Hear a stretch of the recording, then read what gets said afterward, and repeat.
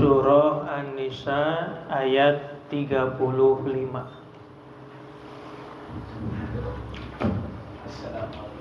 Waalaikumsalam.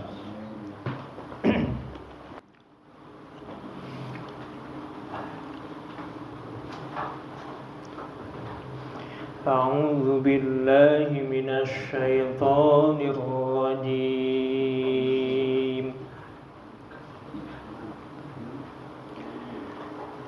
Wa in khiftum shiqaqa bainihima fab'atsu hakaman min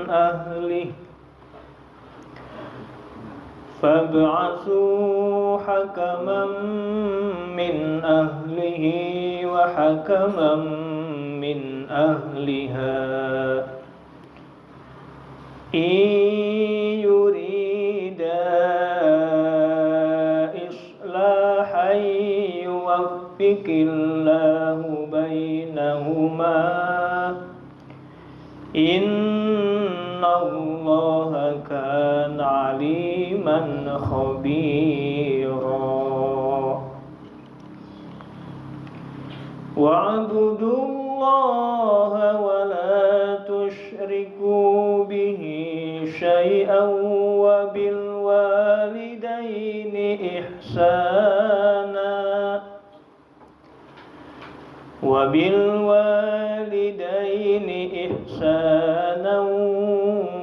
bizil qurba wal yatama wal masakin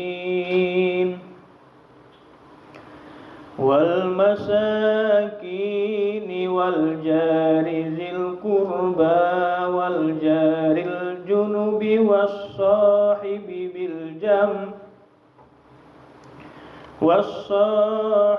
bil jambi wabnis sabili wa ma malakat aymanukum innallaha la yuhibbu man kana mukhtalan fakhura. Surah An-Nisa ayat ke-35. Bismillahirrahmanirrahim. Wa in khiftum alimtum shiqaqa khilafa bainihima. Wa in khiftum, dan apabila kalian takut, alimtum yakni kalian mengetahui, syiqaqa akan berselisih, khilafa bainihima yakni berselisih di antara suami istri, bainaz zaujain di antara suami istri, wal idafatu lil itsa'i ay syiqaqan bainihima. Wal idafatu, dan adapun idofah menyandarkan, lil ittisa'i untuk meluaskan, ay syiqaqan yakni perselisihan, bainahuma di antara suami istri. Fab'asu, maka kalian mengutus, mengirim, ilaihima kepada keduanya suami istri, biridohuma dengan ridho keduanya. Mengirim apa? Hakaman, rojulan adlan, akan penengah, rojulan adlan yakni laki-laki yang adil, min ahlihi dari ahlinya suami, zauj, aqaribihi yakni kerabatnya suami, wahakaman dan penengah, min ahliha dari keluarga pihak istri, wa yukilu zauju hukmahu min fi tolakin wa qabuli iwadin alaihi. Wa yukilu, dan memasrahkan az-zauju seorang suami, hukmahu akan hukumnya si suami, fi tolakin di dalam urusan talak, wa qabuli iwadin dan menerima pengganti, alaihi atas suami, wa tukilu hiya hukmaha dan menyerahkan hiya si istri, hukmaha akan hukumnya si istri, fil ikhtilai di dalam makhulu, fayajtahidani maka keduanya berijtihad, penengah dari pihak suami dan penengah dari pihak istri, wa ya'murani dan keduanya memerintahkan, az-zalima akan yang zalim, biruju'i dengan rujuk kembali, au yufriqani atau keduanya memisahkan, in ra'ayahu apabila keduanya melihat kezaliman. Qala ta'ala, berfirman Allah Ta'ala, iyurida islaha yuwaffiqillahu bainahuma. Iyurida apabila keduanya menghendaki, ail hakamani yakni kedua penengah dari pihak suami maupun pihak istri, islahan akan berbuat kemaslahatan, berbuat damai, yuwaffiqillahu maka Allah akan memberi taufik, bainahuma di antara suami istri, bainaz zaujain di antara suami istri, ayyuqaddiruhuma yakni Allah akan menetapkan keduanya yakni suami istri, alama atas perkara, huwa dan dia perkara at-ta'atu yaitu taat, min islahin dari kemaslahatan atau damai, au firaqin atau berpisah. Innallaha sesungguhnya Allah Ta'ala, karena ada Allah aliman maha mengetahui, bikulli syai'in dengan setiap sesuatu, khabiron yakni maha waspada, maha melihat, bil bawatini dengan perkara yang batin, kadzawahiri seperti perkara zahir. Titik. Para jamaah yang saya muliakan, kemarin kita telah mendapatkan pelajaran ketika ada seorang istri yang kamu sekalian khawatir si istri itu berbuat nusuz. Nusuz itu artinya si istri berbuat durhaka kepada suami. Maka bagaimana sikap suami? Fa'izuhunna. Pertama, kasih pelajaran dia supaya takut kepada Allah. Yang kedua, wahjuruhunna fil madoji, dan jauhi dia di tempat tidurnya. Yang ketiga, watribuhunna, dan pukul si istri tersebut dengan memukul tidak menyakiti. Tapi apabila dia taat kepada kamu wahai suami, fala tabgu alaihinna sabila, janganlah kamu mencari sebuah jalan kepadanya, yaitu untuk memukulnya secara zalim. Karena apa? Karena Allah maha tinggi lagi maha besar. Artinya ketika istri itu tidak durhaka berbuat nusuz kepada suami, jangan sekali-kali suami menyakitinya. Kenapa? Karena takutlah kepada Allah. Gara-gara suami menyakiti istri, padahal istri tidak durhaka kepada suami, maka suami akan mendapatkan iqab, mendapatkan siksa dari Allah Subhanahu wa ta'ala. Kemudian surah An-Nisa ayat 35, wa in khiftum syiqaqa bainihima. Dan apabila kalian takut, yakni kalian mengetahui perselisihan di antara suami istri, ada suami istri berselisih. Bagaimana itu? Jangan buru-buru kita memutuskan sesuatu. Apa artinya? Fab'asu hakaman min ahlihi wa hakaman min ahliha. Maka utus oleh kalian, yaitu yang berkaitan suami istri, seorang penengah, laki-laki yang adil dari pihak atau keluarga kerabat suami, dan wahakaman min ahliya, dan penengah dari kerabat atau keluarga pihak istri. Jadi dalam hal ini ketika ada suami istri berselisih, maka harus ada penengahnya.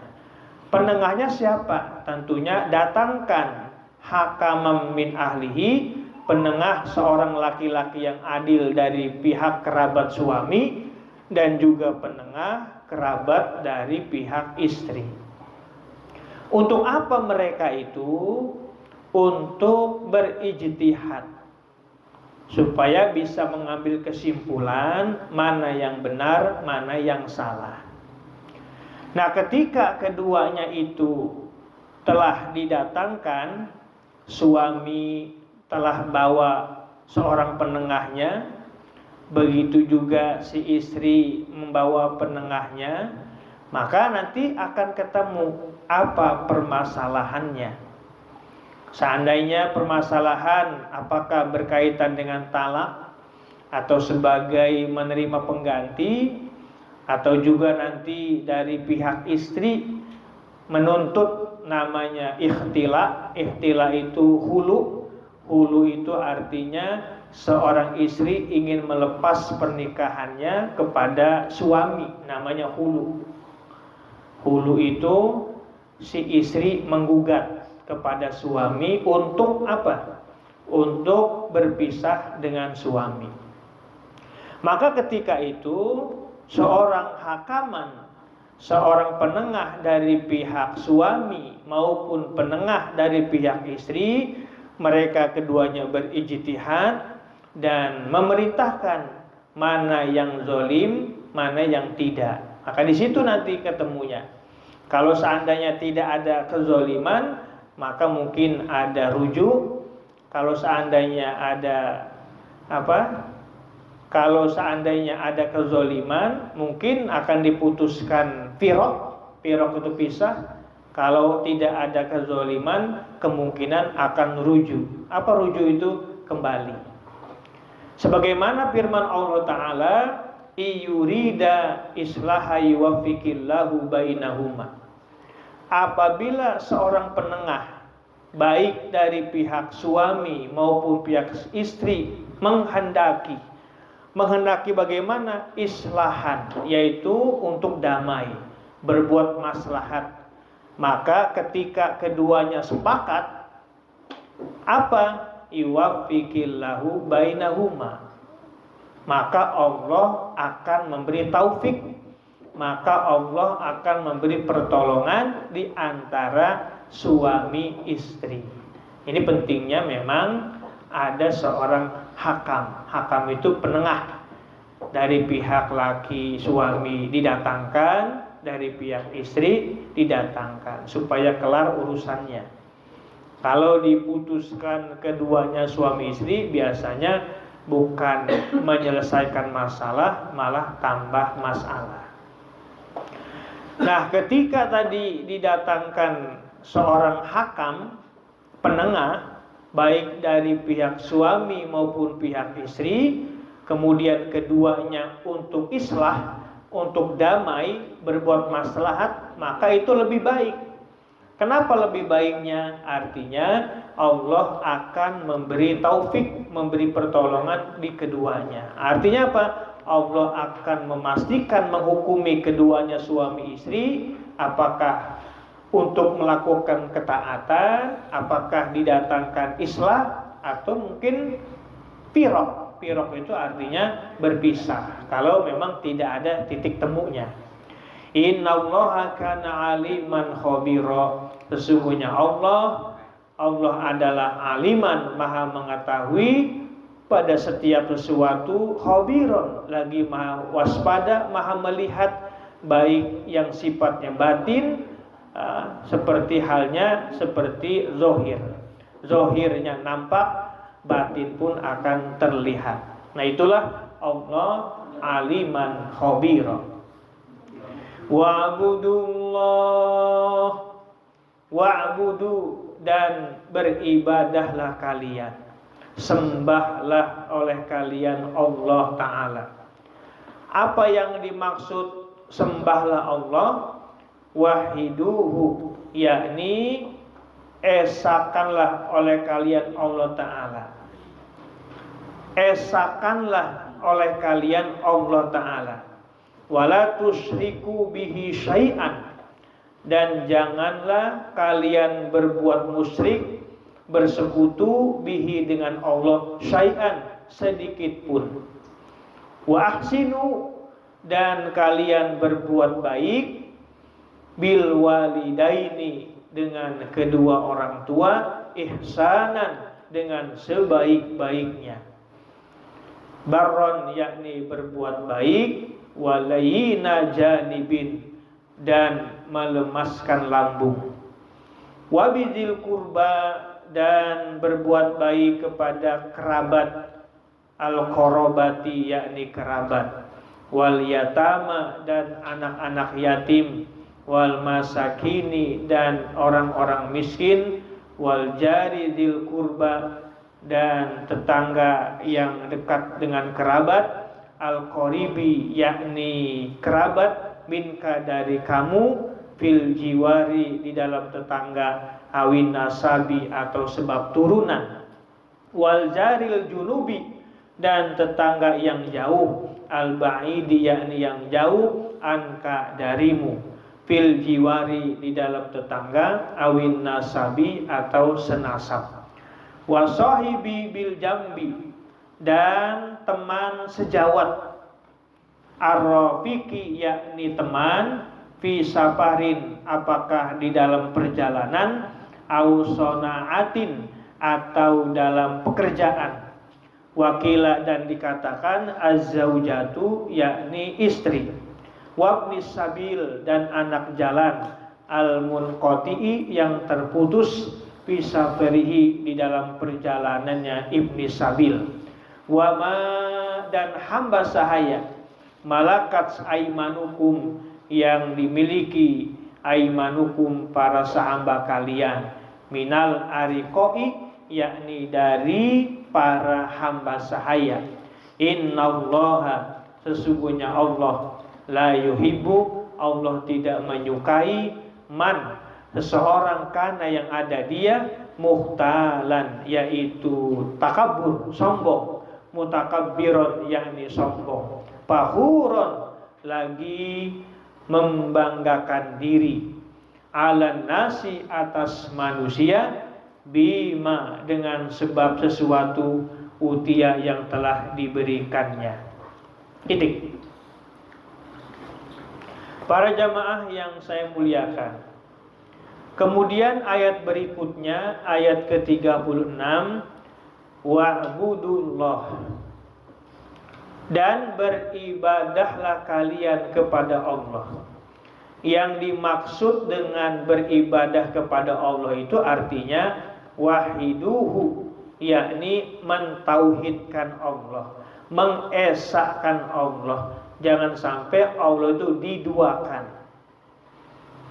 Wala tusyriku, dan janganlah kalian berbuat musyrik. Jangan berbuat musyrik kepada Allah sedikit pun juga. Kemudian wa ahsinu bil walidaini ihsana, dan berbuat baiklah kepada kedua orang tua dengan sebaik-baiknya. Kenapa? Ketika kita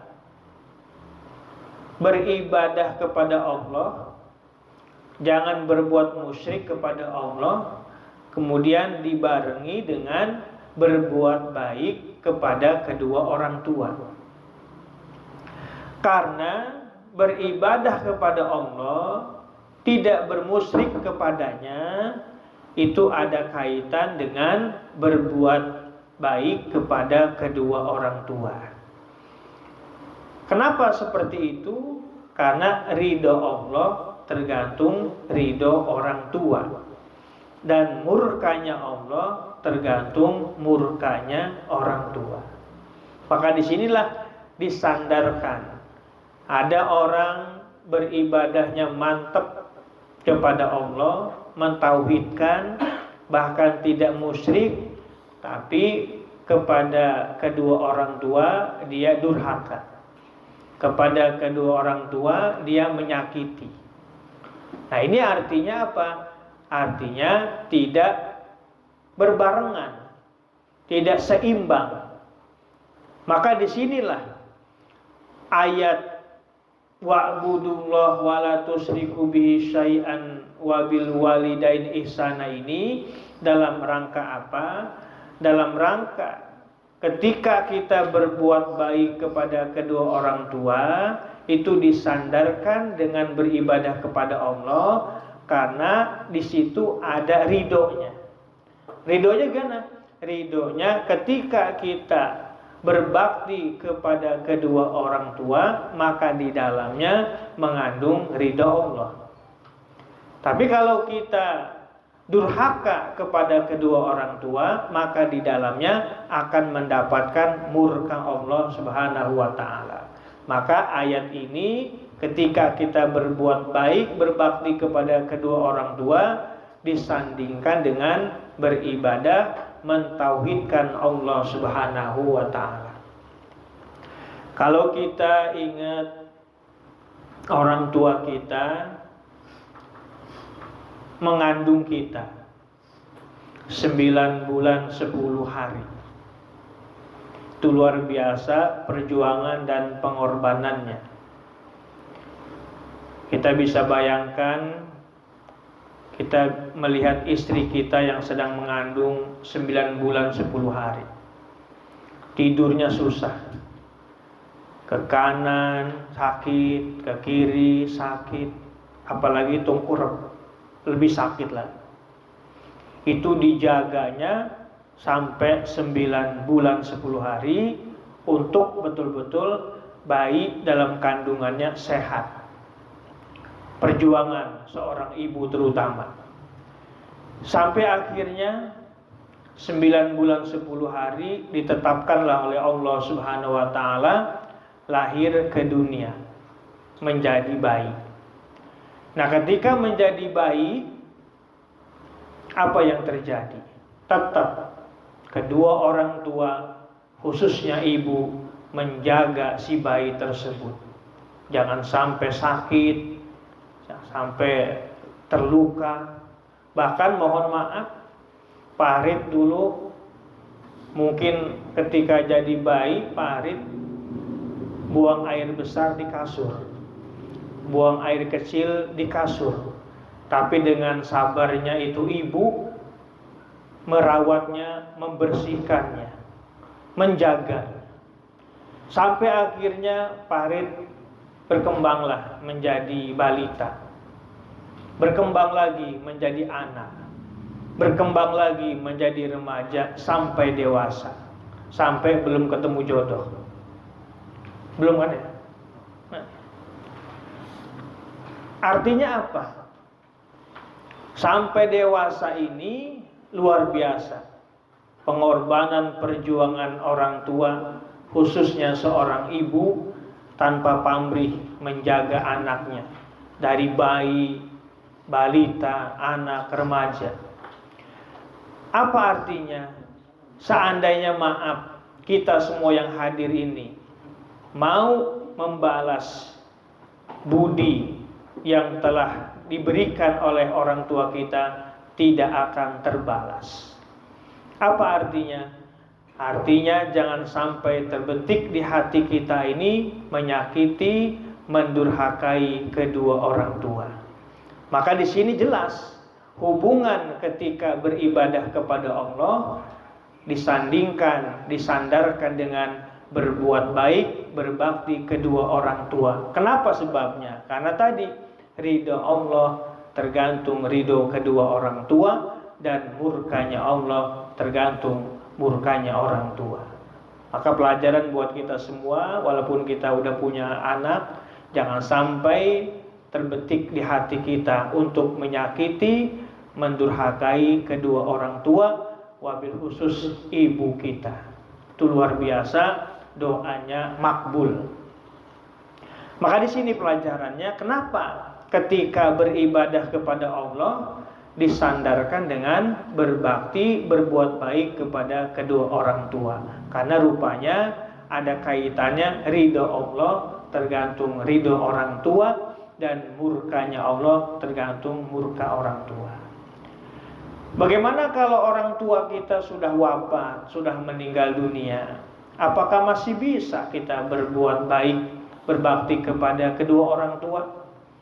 Kata Nabi dalam hadis diterangkan, ketika itu ada seorang laki-laki datang kepada Rasulullah, "Ya Rasul, saya ini ingin berbakti, berbuat baik kepada kedua orang tua, tapi sayang kedua orang tua saya sudah meninggal dunia. Apakah masih ada amalan seorang anak untuk berbuat baik kepada kedua orang tua?" Kata Rasul, "Na'am, ada." Apa itu? Yang pertama, as-salatu alaihima wal istighfaru lahuma. Yang pertama, doakan kedua orang tua kamu, bermohon minta ampunan kepada Allah agar dosa dan kesalahannya diampuni oleh Allah Subhanahu wa taala. Maka amalan seorang anak, walaupun orang tua sudah meninggal dunia, ini masih bisa kita lakukan dalam rangka bakti kita seorang anak kepada kedua orang tua. Makanya ketika ba'da sholat 5 waktu, selipkan Fatihah untuk orang tua kita yang sudah meninggal. Kemudian doakan. Doanya insya Allah udah pada hafal semua. Allahumma gfirli wali walidayya warhamhuma kama rabbayani shaghira. Atau Allahumma gfir lahu warhamhu wa'afihi wa'fu anhu. Doakan. Ada sebuah kisah hadisnya sahih, ketika ada seorang mayit di alam kubur sedang diazab, sedang disiksa. Kemudian suatu malam malaikat ini berhenti, tidak mengazab si mayit dalam kubur. Sampai akhirnya si mayit ini terheran. "Wahai malaikat, kenapa engkau berhenti malam ini tidak mengazabku? Kenapa? Biasanya engkau memukulku, menyiksaku, tapi kok malam ini engkau berhenti?" Apa kata malaikat Munkar wa Nakir? "Wahai fulan, malam ini saya malu untuk mukul kamu. Saya malu malam ini untuk mengazab dirimu. Kenapa? Malam ini ada doa anakmu yang sedang bermunajat kepada Allah agar kiranya engkau diampuni Allah Subhanahu wa taala. Maka aku malu untuk mengazab dirimu lantaran ada doa seorang anak." Akhirnya apa? Berhenti itu malaikat Munkar wa Nakir mengazab si mayit ketika berada di alam kubur. Kenapa? Ada doa anak. Maka kita pun habis sholat kirim Fatihah, doakan kepada kedua orang tua kita yang sudah meninggal dunia. Karena itu amalan yang masih bisa nyampe berbakti kepada kedua orang tua walaupun dia wafat. Yang kedua, "Ya Rasul, apa lagi?" Kata Nabi, yang kedua, tunaikan janji orang tuamu yang dulu belum sempat ditunaikan janji itu. Misalnya orang tua kamu pernah berjanji ketika nanti menghadapi Lebaran Idul Adha ingin beribadah motong hewan kurban. Rupanya belum sampai Idul Adha meninggal dunia. Padahal sudah berjanji untuk menunaikan, melaksanakan ibadah kurban. Cuman Allah memanggil. Maka ketika itu seorang anak ketika dikasih keluasan rezeki, tunaikan janji tersebut yang pernah dijanji oleh orang tua yang dulu pernah berjanji kalau seandainya sampai kepada Idul Adha ingin melakukan ibadah kurban. Maka itu salah satu amalan si anak berbakti kepada kedua orang tua walaupun orang tuanya sudah meninggal dunia. Yang ketiga, apa amalan yang ketiga?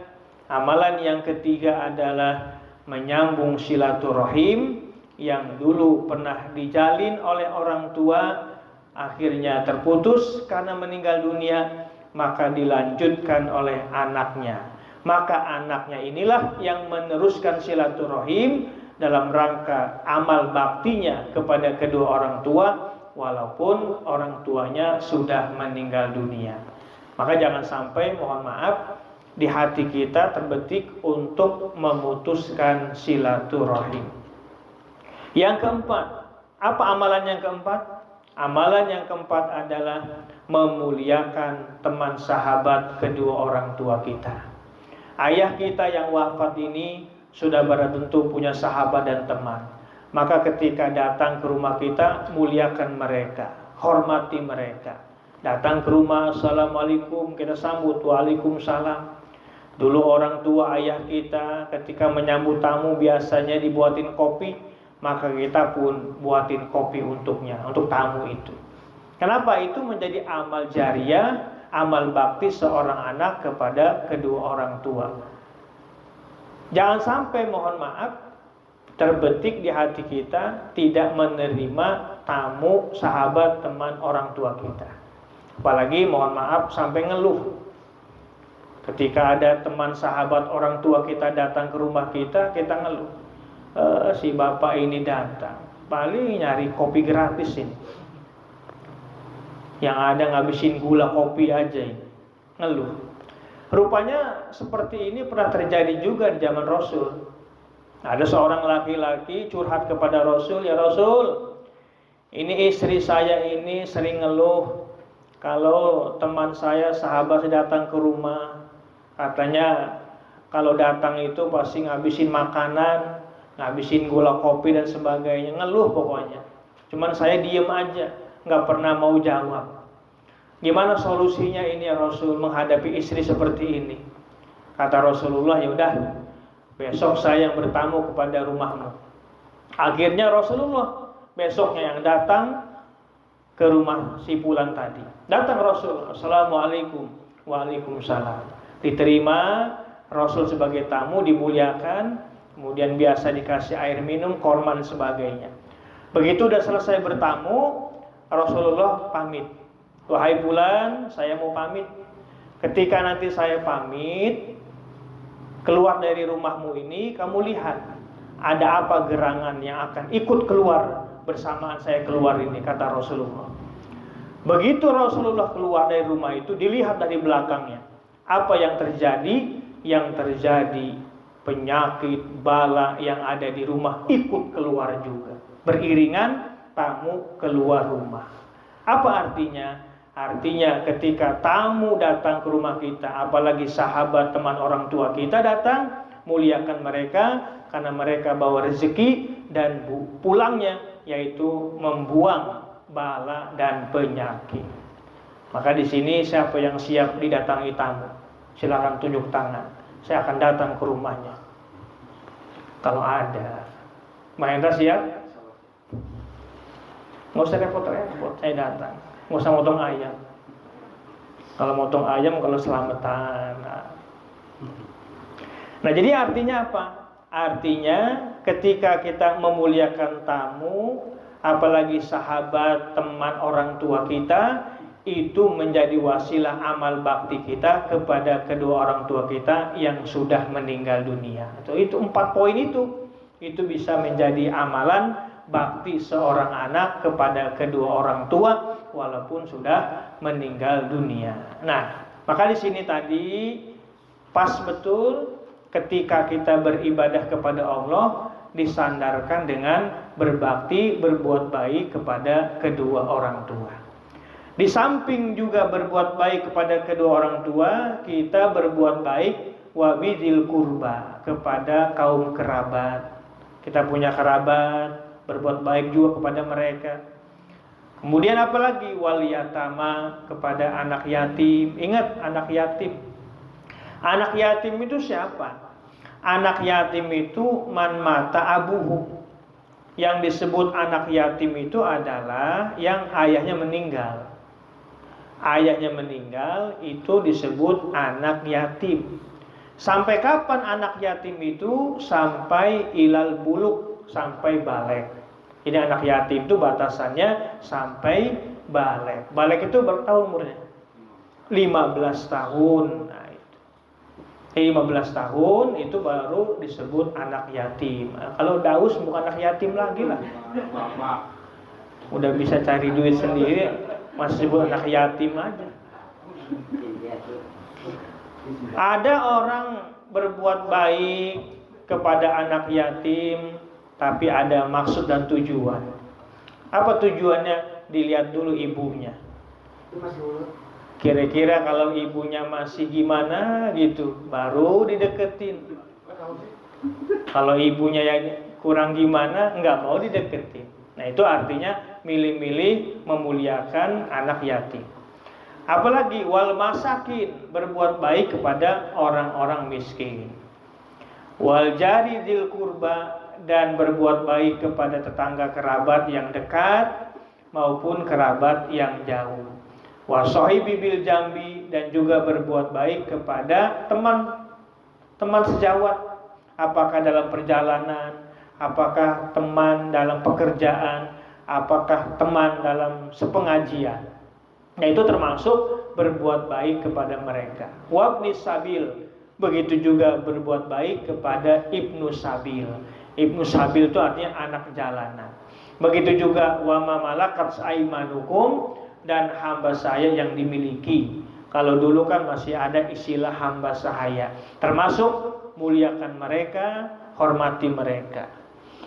Termasuk mohon maaf kalau kita di rumah ada pembantu ya. Jadi pembantu pun sama sebenarnya harus dimuliakan.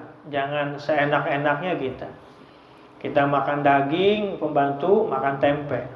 Nah itu yang nggak pas, nggak sesuai dengan ayat ini. Jadi menghormati mereka termasuk kita makan daging, dia pun makan daging. Kita makan tempe, dia pun makan tempe. Itu yang disebut wama malakat aimanukum. Innallaha la yuhibbu man kana mukhtalan fakhura. Sesungguhnya Allah tidak menyukai orang yang mukhtalan, yaitu takabur, sombong, fakhuron, lagi membanggakan diri. Ya Allah itu tidak suka kepada orang yang mukhtalan, sombong, takabur, fakhuron, lagi membanggakan diri dengan apa yang diberikan oleh Allah Subhanahu wa ta'ala. Jadi kita ini sebenarnya pada intinya adalah kekurangan, lemah. Kemarin ayatnya wa khuliqal insanu dha'ifa. Diciptakan manusia dalam keadaan lemah. Lemah ilmu, lemah harta, lemah pemikiran, semuanya lemah. Kenapa lemah itu? Disitulah kita untuk menunjukkan supaya kita jangan takabur, jangan sombong, jangan membanggakan diri. Pelajaran kita di situ. Maka ayat ini tadi, innallaha la yuhibbu man kana mukhtalan fakhur. Termasuk ibadah yang kita lakukan. Ibadah yang kita lakukan pun jangan sampai terbetik ada kesombongan. Jangan merasa sempurna. Jangan merasa udah lengkap ibadah itu. Bahkan orang yang ibadah kepada Allah, di hatinya merasa udah sempurna, merasa udah lengkap, merasa udah hebat, malah itu mendapatkan kehinaan di akhirat. Kemarin ketika kita ngaji malam Selasa itu ada ayatnya dalam surah Ghafir ya. Innal ladzina yastakbiruna an ibadati sayadkhuluna jahannama dakhirin. Sesungguhnya orang-orang yang takabur dalam ibadahnya maka akan dimasukkan ke dalam neraka jahanam dakhirin, dalam keadaan hina. Ini lagi ibadah pun malah masuk neraka jahanam. Kenapa ibadah kok bisa masuk neraka jahanam itu? Rupanya ada takabur di dalamnya. Tadi merasa udah lengkap, merasa udah sempurna ibadahnya, udah merasa hebat ibadahnya. Malah apa yang terjadi? Yang jadi bukan mendapatkan ridho Allah, berkah Allah, ampunan Allah, rahmat Allah, tapi yang dia dapatkan apa? Sayadkhuluna jahannama dakhirin. Akan dimasukkan ke dalam neraka jahanam dalam keadaan hina. Maka kalau kita lihat Nabi itu kalau setelah sholat selalu berdoa. Apa doanya? Allahumma a'ini ala zikrika wa syukrika wa husni ibadatika. Mungkin kita hafal semua ya. Yang hafal maksudnya, yang enggak. Allahumma a'ini ala zikrika wa syukrika wa husni ibadatika. Apa artinya? Allahumma a'ini, ya Allah, tolonglah saya supaya bisa zikir ingat kepadamu. Ya Allah, tolonglah saya supaya bisa bersyukur kepadamu. Tolonglah saya, Allah, supaya bisa memperbaiki ibadah kepadamu. Itu doanya yang biasa kita baca itu. Allahumma a'inni ala zikrika wa syukrika wa husni ibadatika. Ya Allah, tolonglah saya supaya bisa zikir kepadamu. Tolonglah saya, Allah, supaya bisa bersyukur kepadamu. Ya Allah, tolong saya supaya bisa memperbaiki ibadah kepadamu. Ini pelajaran kita ini. Maka tadi ketika terbetik di hatinya ibadahnya takabur, malah bukan dapat ridha Allah, bukan dapat rahmat Allah, malah dapatnya neraka jahanam secara hina. Kemarin kita ngaji ya, Mang Iqbal ya. Diingat ke ayatnya kemarin? Enggak ya? Iya, minyak lamun terus ngaji ya. Nah, itu pelajaran kita. Artinya apa? Artinya jangan sampai terbetik di hati kita ketika beribadah kepada Allah udah merasa hebat, udah merasa sempurna, udah merasa lengkap, jangan. Terus untuk selalu memperbaiki ibadah kepada Allah. Nah, jadi Allah tidak menyukai orang yang muhtalan, orang yang takabur, sombong, fakhuron, lagi membanggakan diri. Insya Allah nanti akan kita lanjutkan ayat berikutnya. Alladzina yabkhuluna wa ya'murun nas bil bukhli. Insya Allah malam Sabtu yang akan datang.